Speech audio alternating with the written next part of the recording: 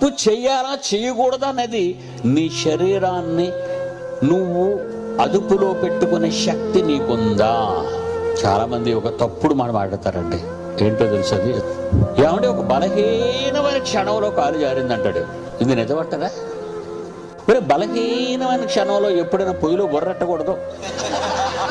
బలహీనమైన క్షణంలో రైలు బండి మీద దూకేయకూడదు? అక్కడ నీకు బలహీన క్షణాలు ఉండవు. నీ మనస్సును నువ్వు కంట్రోల్ చేయలేవా?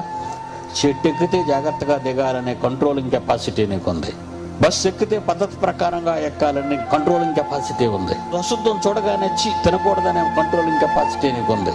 అన్నం చూడగానే ఇది తినాలనే కంట్రోలింగ్ కెపాసిటీ నీకున్నప్పుడు చావటానికి, తప్పు చేయటానికి నీ కంట్రోలింగ్ కెపాసిటీ లేదా? అదుపు తప్పావు. నీ మనస్సు ఎవడి చేతికో పోయింది. ఆ చెయ్యి గురించి మహనీయుడు మాట్లాడిన మాటల రవి. ప్రపంచ మానసిక రోగుల లేదా మనస్తత్వ శాస్త్రాలలో నిజంగా బైబిల్ని రాయగలిగితే అసలు ఎవడు చావడండి. ఎందుకు చావాలి? నా ప్రభు కోసం నేను బ్రతకాలి. చచ్చిపోతే అలాగా నా తండ్రి కోసం నన్ను బ్రతకాలి కదా.